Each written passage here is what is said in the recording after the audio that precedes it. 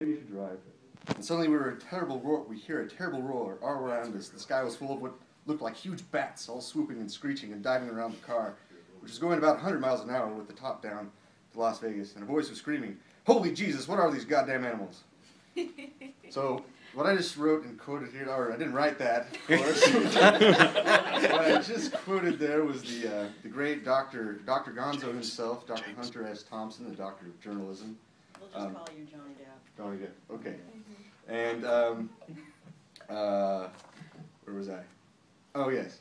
And so, essentially, okay, where was I going with this? I have no logical order of anything at all because I don't believe logic exists. I feel that plays into my book because my slogan was, "We've turned on, we've tuned in, we've dropped out, now what? Have we won?" And essentially that slogan was coined by, was it Abbie Hoffman? I think it was Abbie Hoffman. Abbie Hoffman, who was the founder of the Yippie movement, which was the first of the new left organizations to kind of emerge out of the mid to late 1960s and that sort of activist. What? No? Not exactly the first. Well, not exactly the first. Okay. Well, okay. The youth. What was that? He just tuned in and Play bargain. The youth. dropped out.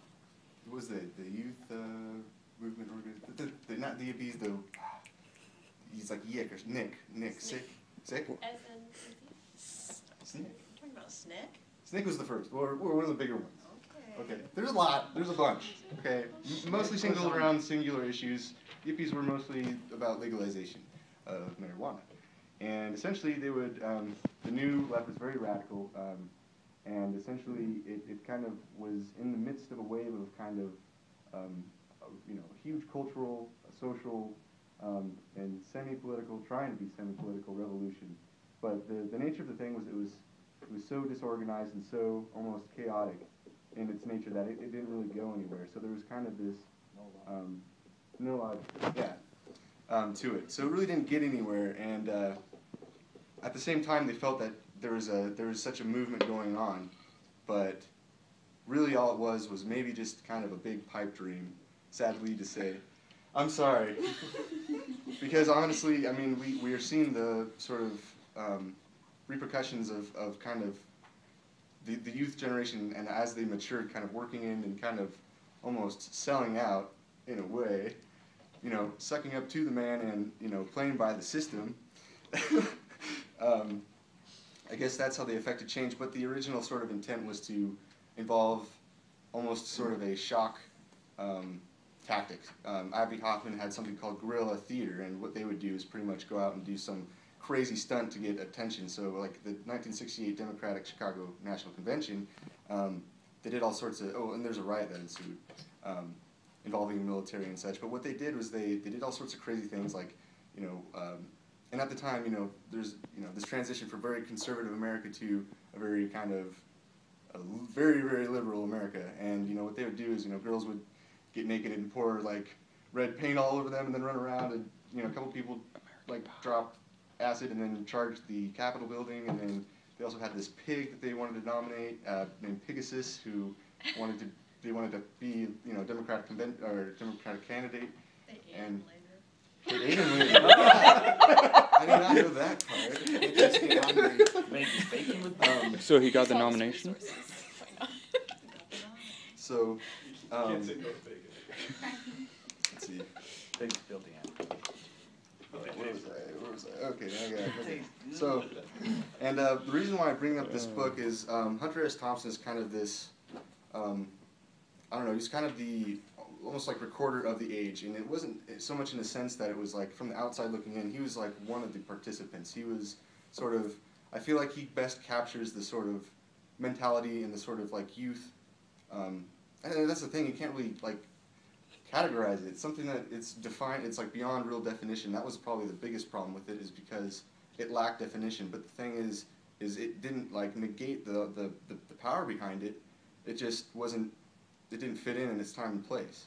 So, Which was kind of the point, wasn't it? which was, but at the same time, like, and then we see this kind of perpetuating now with the kind of the green movement and sort of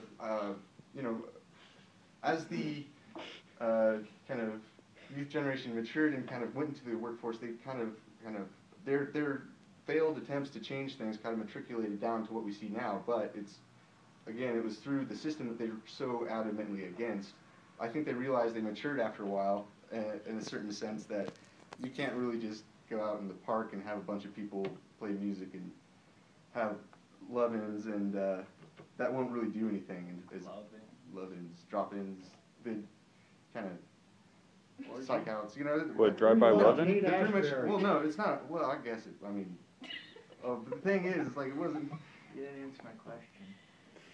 Well, mostly a love-in is, you know, a psychedelic experience. Oh, okay. Yeah, in which, yeah, you know, and I think this is kind of character of the nature of the thing is like, so barriers sort of break down and kind of revert back to a more, you know, humanistic sort of state of mind, and you know, it's more of a shared kind of communal vibe going on. Anyway, so Grunting and routine. grunting and routine. Well, I said, all this white stuff on my sleeve is LSD. He said nothing, merely grabbed my arm and began sucking on it. Very gross tableau. I wondered what would happen if some Kingston trio or young stockbroker type might wander in and catch us in the act. Fuck him, I thought. With a bit of luck, it'll ruin his life. Forever thinking that behind some narrow door in all his favorite bars, men in red Pendleton shirts are getting incredible kicks from things he'll never know. Would he dare to suck a sleeve? Probably not. Play it safe. Pretend you never saw it. Strange memories on this nervous night in Las Vegas. 5 years later, 6. Seems like a lifetime, or at least a main era. The kind of peak that never comes again. San Francisco in the middle of the 60s was a very special time and place to be a part of.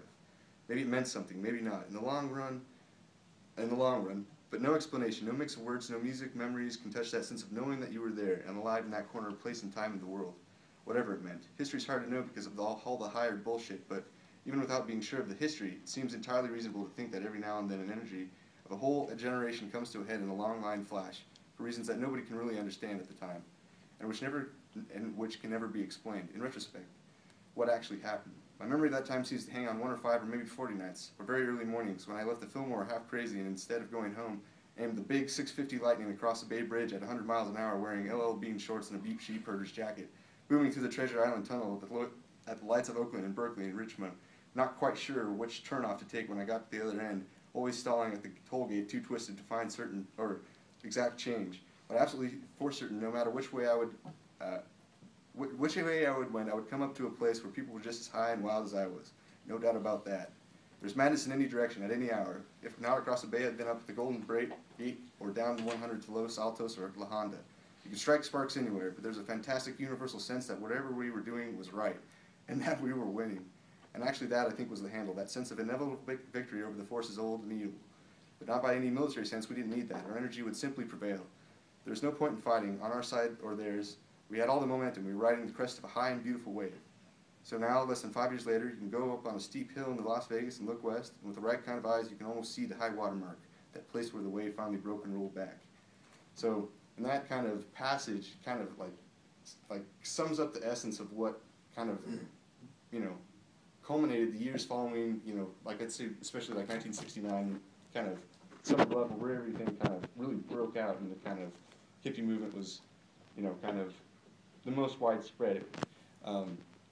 I think, like, on top of, like, the military reactions to a lot of the demonstrations around the country, especially in college campuses, and even the CIA would, like, infiltrate these New Left organizations, especially the, yeah. What was the, not the,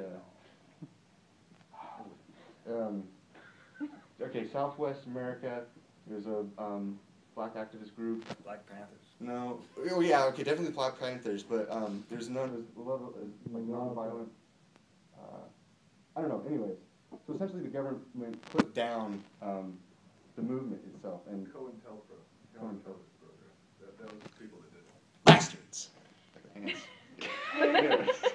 And so essentially, like it was like in the passage, it was such an energetic movement and it had a lot of good behind it, but was sabotaged in the nature of itself, of its being, and sadly it kind of failed. And after people kind of came down and realized what just happened, there was sort of a pessimism, kind of something that really wasn't kind of felt. You see, you know, especially like Studenberg and the populist movement and all these kind of activist movements over the various history of American history, afterwards we don't really see something that quite matched that, despite, you know, public unrest with the government, and especially at this time seeing Nixon and sort of the kind of disillusionment that people had with their trust in the government. We just kind of became removed from the political process, and I almost think that's like a sort of vested effort of kind of the man to kind of get at the people, because that's where revolution starts. The French Revolution, it happens with students, it happens with the college kids, and, you know, even at our age, we're not necessarily the most organized, but essentially that's where it starts, and I think that's where they wanted to nip it in the bud, and we see that today in the fact that despite you know how, you know, against we may seem like, you know, like contrary public opinion is to the like kind of national agenda, there really isn't anything that's going on as far as us saying anything about it. I mean, we vote more for American Idol than we do like legislation. You don't see a legislator singing. What? This is true. Well, wait, there's a... What? Obama did. Yeah, Obama sang, but Yeah. Clinton played the saxophone. he played a lot of things. We did what? Mostly secretary. But, Nixon played piano. so, yeah, that's it. No, don't forget to sign off. Don't forget to sign off. Hey, quick question.